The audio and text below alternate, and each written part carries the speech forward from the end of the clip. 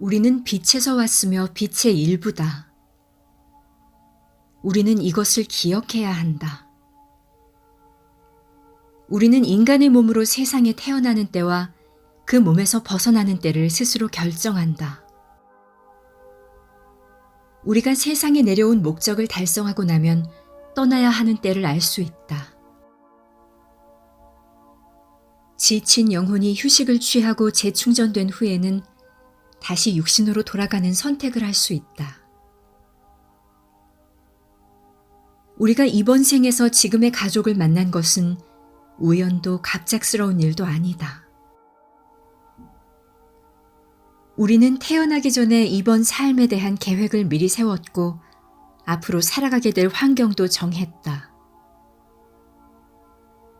우리는 인간의 몸으로 세상을 살아가는 동안 우리를 지도하고 보호해주는 영적 존재의 도움을 받아 다음번 삶을 계획한다. 이렇게 미리 계획한 대로 삶이 펼쳐지는 것을 운명이라고도 한다. 출생 이전의 삶을 계획하는 과정에서 앞으로 있을 중요한 사건이나 인생의 전환점을 미리 본다는 것을 뒷받침하는 근거도 많이 있다. 최면이나 명상 중에 또는 갑자기 떠오른 기억에 의해 출생 이전의 상황을 체험한 환자를 대상으로 나뿐 아니라 여러 치료사들이 수집한 의학적인 근거다. 앞으로 만나게 될 중요한 인물, 소울메이트나 영적 가족과의 재회, 심지어 이들과 만나게 되는 계기와 장소까지도 우리는 사전에 계획해둔다. 전에 겪어본 것 같은 상황, 또는 가본 적이 있는 것 같은 장소처럼 왠지 익숙하게 느껴지는 데자뷰는 이번 생이 오기 전에 계획했던 일들이 가물가물하게 떠오르면서 물리적인 세상에서 현실화된 것이다. 사람의 인연도 마찬가지다. 입양아 중에는 자신의 삶이 틀어졌다고 여기는 사람이 꽤 있다. 하지만 그렇지 않다. 태어나기 전에 이미 생부모뿐 아니라 나를 키워줄 부모까지 선택했던 것이다. 모든 일에는 이유가 있고 운명의 길을 따라가는 데 있어 우연이란 존재하지 않는다. 우리는 모두 자신의 삶을 미리 계획하지만 동시에 자유의지라는 것도 가지고 있다. 우리의 부모, 그리고 우리가 삶에서 만나는 모든 사람도 각자 자유의지를 가지고 있다. 이러한 자유의지의 영향을 받기는 해도 미리 계획한 운명으로 이끄는 주요 사건은 나타나기 마련이다. 만나기로 계획한 사람을 만나게 되고 사전에 계획한 중요한 기회와 위기의 순간이 찾아오게 되는 것이다. 하지만 그런 상황을 마주하고 운명적인 사람을 만나게 되었을 때 우리가 어떻게 대처하고 어떻게 반응하고 어떤 결정을 내릴지는 모두 자유의지에 달려있다. 즉, 운명과 자유의지는 늘 함께 존재하며 서로 영향을 준다. 이 두 가지 개념은 모순이 아니라 서로 보완하는 관계에 있다. 필자가 최면요법으로 치료한 환자들을 통해 확인한 바에 따르면 영혼은 임신이 이루어질 무렵에 자신이 다음번 생을 살게 될 몸을 예약하는 것으로 보인다. 다른 영혼이 그 몸에 오기 전에 미리 예약하는 것이다.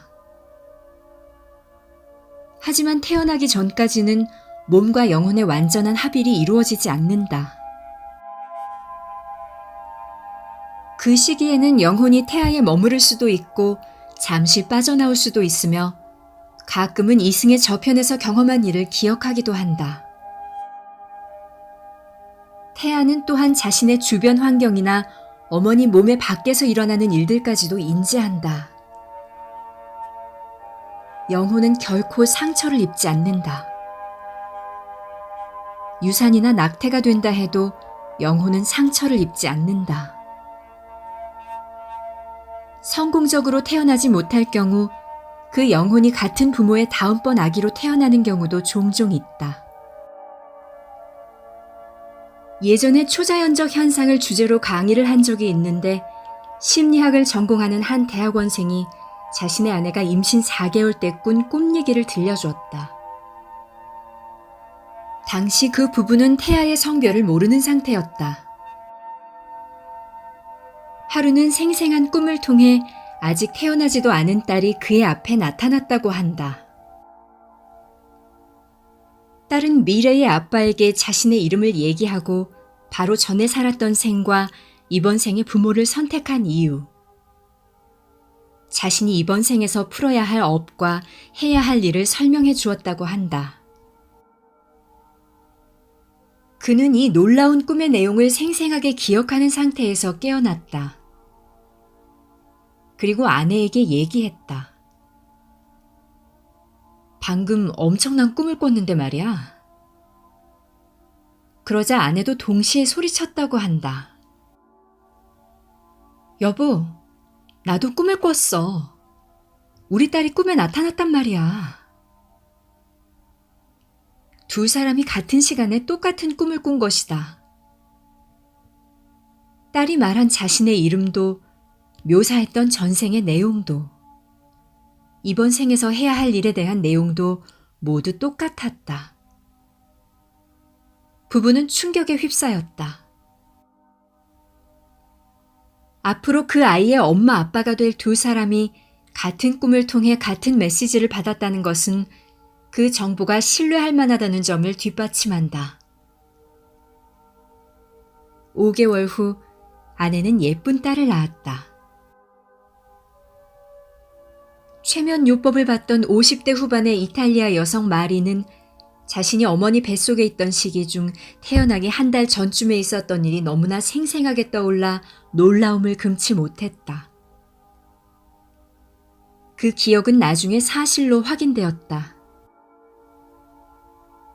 필자를 만나기 전까지 최면요법이나 전생 체험을 한 적이 없었던 마리는 최면을 통해 겪은 경험이 자신의 실제 기억이라는 사실을 좀처럼 받아들이지 못했다. 그녀가 내게 얘기했다. 솔직히 믿을 수 없었어요. 박사님이 저더러 엄마 뱃속에 있던 때로 돌아가라고 말했을 때 실제로 엄마 뱃속에 있는 제 모습이 보였어요. 그때 엄마는 식탁에 앉아 있었어요. 마리는 당시 어머니가 살던 뉴욕 브롱크스의 아파트를 구체적으로 설명했다.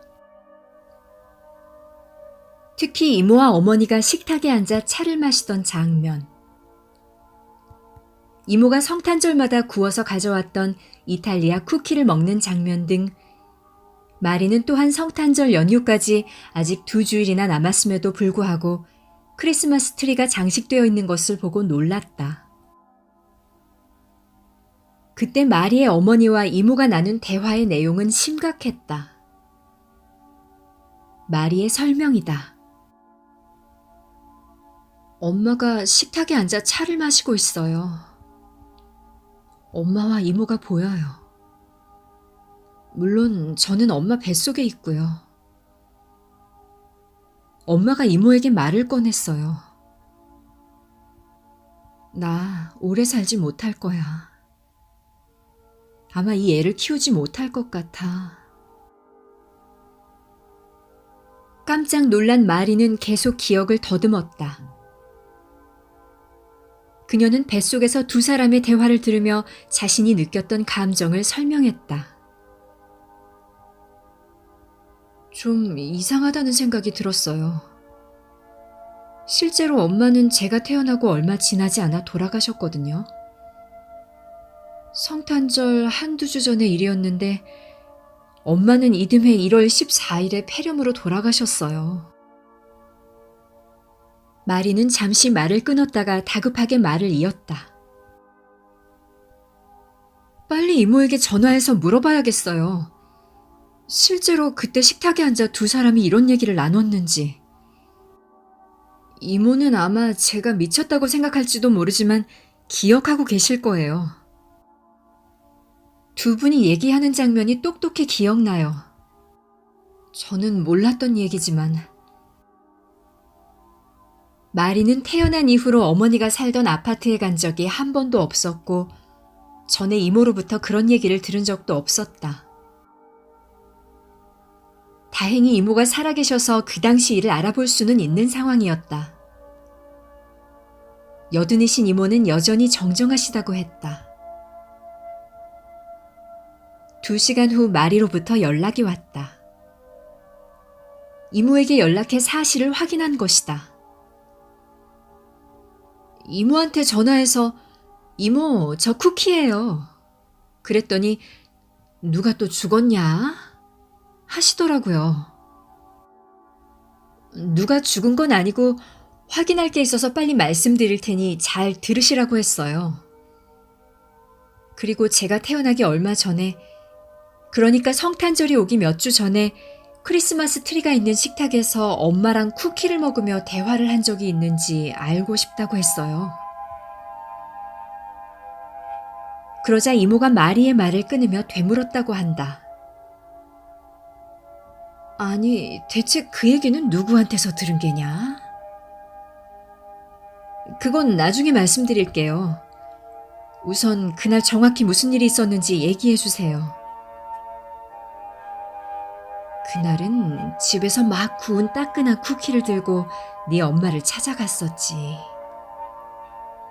엄마가 제일 좋아했던 쿠키거든. 네 엄마는 그 쿠키를 먹을 때마다 남산만한 배를 문지르며 이건 내 작은 쿠키를 위한 거야 라고 말하곤 했어. 마리가 설명했다. 제 별명이 쿠키거든요. 제가 쿠키를 워낙 좋아해서 다들 저를 그렇게 불러요. 이모의 말에 따르면 그날 마리 어머니는 쿠키를 2개 먹고 크리스마스 트리를 물끄러미 바라보았다고 한다. 마리가 설명을 이었다. 성탄절이 오기 2주일 전이었거든요. 어머니는 제가 성탄절에 태어날 거라고 생각해서 일찌감치 트리를 장식해 두었던 거예요. 식탁에 앉아있던 어머니는 이모에게 얘기했다. 마리, 나 이 애가 크는 모습을 보지 못할 것 같아. 그래도 태어나는 모습은 볼 거야.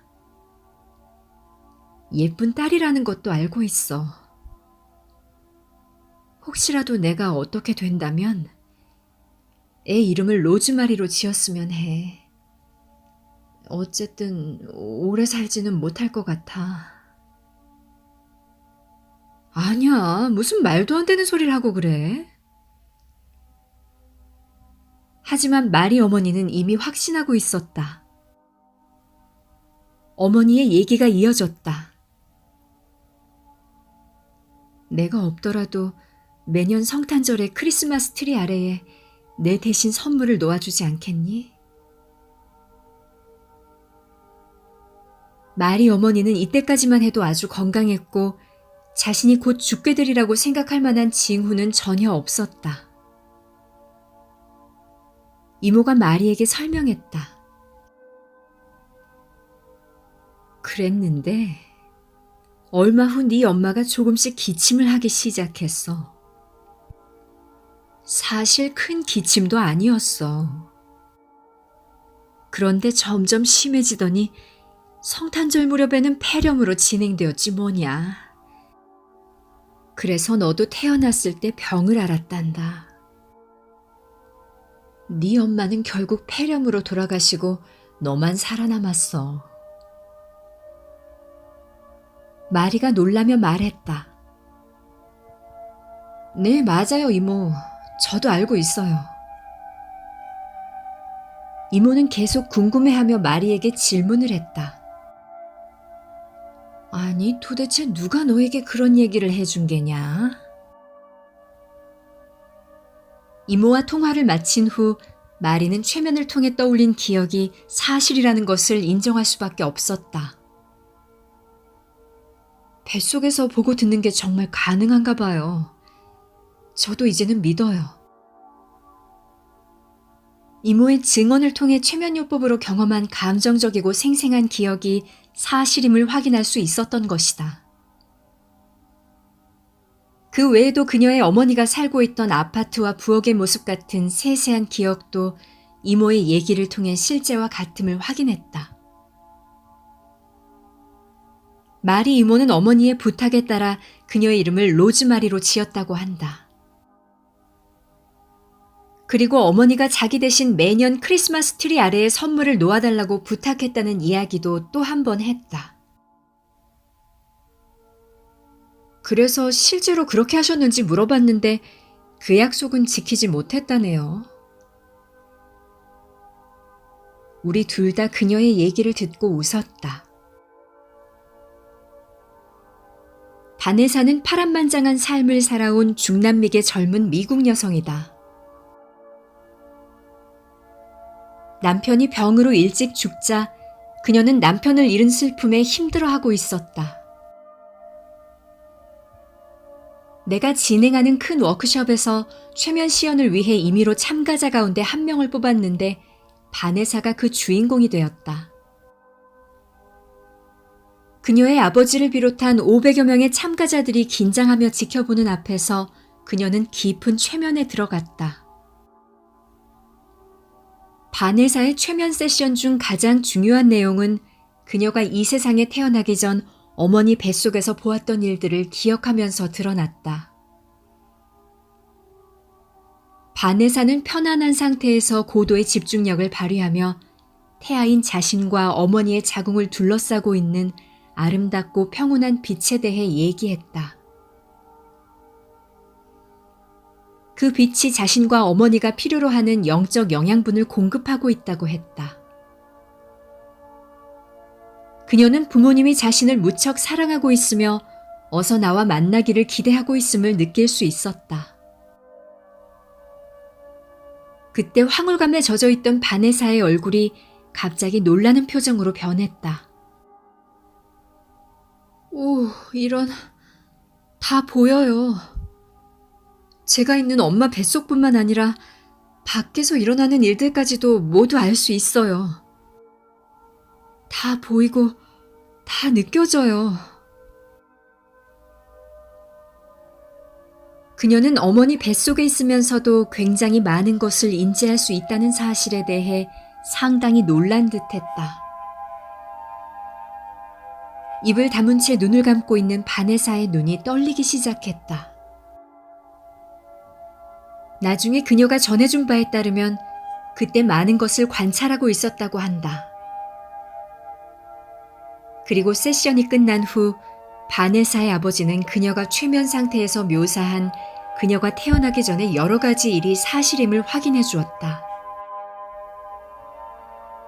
바네사는 마치 높은 곳에 떠서 내려다보듯이 얘기했다. 미래가 보여요. 제 삶에서 일어나게 될 일들이 보여요. 다 이유가 있어서 일어나는 일이에요.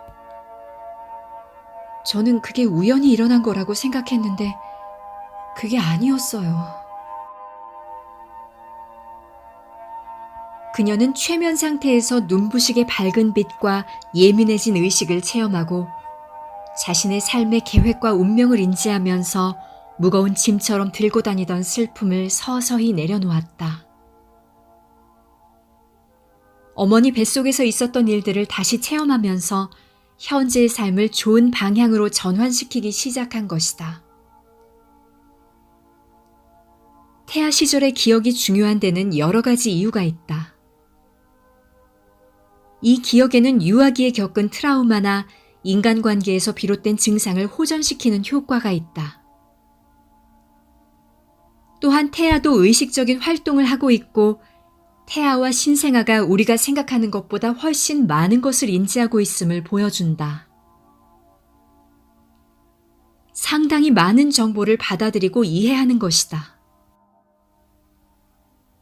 그러므로 우리는 앞으로 갓난아기를 대하는 우리의 자세를 다시 한번 생각해 봐야 한다. 아기들은 우리의 말, 생각, 감정을 통해 전해지는 사랑의 표현을 정확하게 알고 있다. 워크숍 이틀째에는 모든 참가자들이 지켜보는 앞에서 놀라운 동시성을 보여주는 사건이 벌어졌다. 나는 그날도 시범을 보이기 위해 참가자 중 한 사람을 임의로 선택했다. 이번에는 보다 빠르게 최면을 유도하는 방법을 썼다. 피최면자로 선택된 안나는 몸이 좋지 않아 첫날에는 참석하지 못했기 때문에 바네사와 진행한 세션의 내용을 전혀 알지 못했다. 빠르게 깊은 최면에 들어간 안나 역시 어머니 뱃속에 있던 때로 돌아갔다. 그녀는 자신을 둘러싸고 있는 아름다운 금색 빛, 어머니의 자궁 안팎에서 일어나고 있는 일들, 그녀가 이번 생에서 지금의 부모를 선택한 이유와 이번 삶의 목적, 그리고 그녀의 영혼이 목표를 달성하기 위해 어떤 식으로 삶을 꾸려나가려 하는지 등에 대해 구체적으로 설명하기 시작했다. 나는 깜짝 놀랐다. 일을 하다 보면 동시성을 경험하는 일이 종종 있기는 하지만 통계적으로는 발생할 확률이 거의 없는 일이기에 겪을 때마다 매번 놀라곤 한다. 지켜보던 참가자들도 놀라서 할 말을 잃었다. 오로지 안나 본인만이 자신의 체험이 바로 전날 바네사가 했던 경험과 거의 동일하다는 사실을 모르고 있었다. 어쩌면 참가자들이 우리가 이 세상에 온 것은 우연이 아니라는 중요한 메시지를 2번 들어야 할 필요가 있었던 것인지도 모른다. 우리는 지구라는 학교에서 뭔가를 배우기 위해 잠시 이곳에 온 신성한 존재이고 자신이 배워야 할 것을 정해 스스로 수업 시간표를 짠 학생들이라 할 수 있다. 우리는 빛에서 왔으며 동시에 빛의 일부이기도 하다.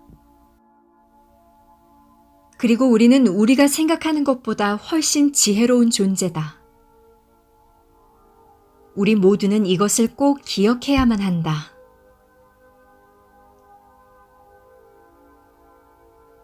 일곱 개의 차원이 있다. 우리는 돌아가기 전에 이 7개의 차원을 통과해야 한다. 그 다음에는 기다린다. 그곳에서 다음번 생에서는 무엇을 할지 결정한다. 우리는 삶의 저 너머에 있는 우리의 진정한 고향, 새로운 몸으로 다시 한번 태어나기 위해 떠나온 그 아름다운 차원에 대한 많은 기억을 간직한 채 이 세상에 태어난다.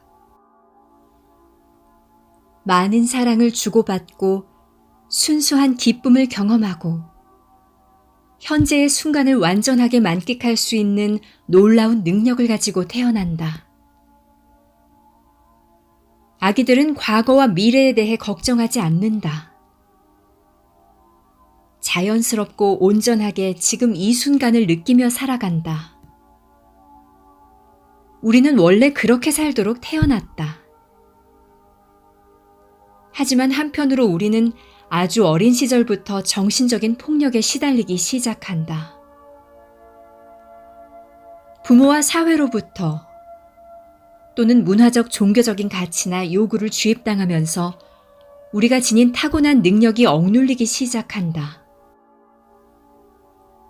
이러한 세뇌에 저항하면 두려움, 양심의 가책, 조롱, 비난, 모욕이라는 협박을 받게 된다. 사람들로부터 애정철회나 외면을 당하기도 하고 신체적 감정적으로 학대를 당할 수도 있다.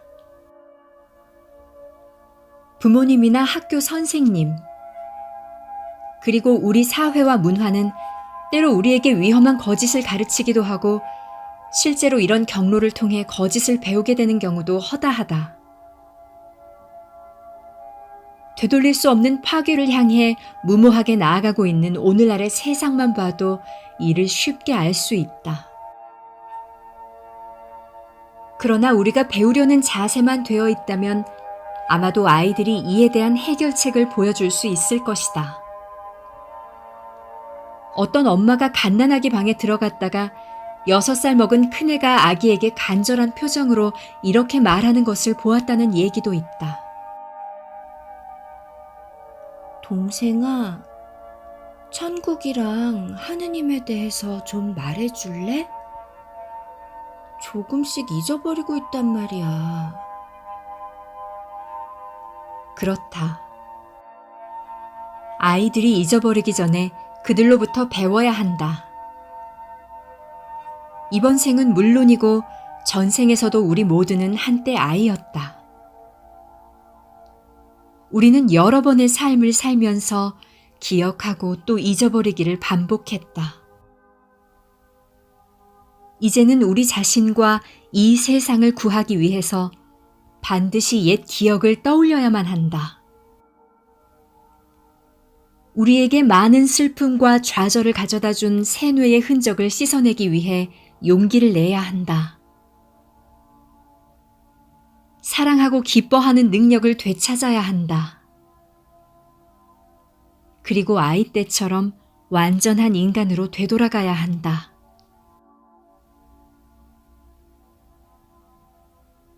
지금은 20대가 된 아들을 둔 한 어머니가 아들이 5살 때 했던 이상한 행동에 대해 얘기한 적이 있다. 그때 집에서 키우던 강아지가 죽었는데 어머니는 이를 처리하기 위해 수의사에게 전화를 걸러 옆방으로 갔다.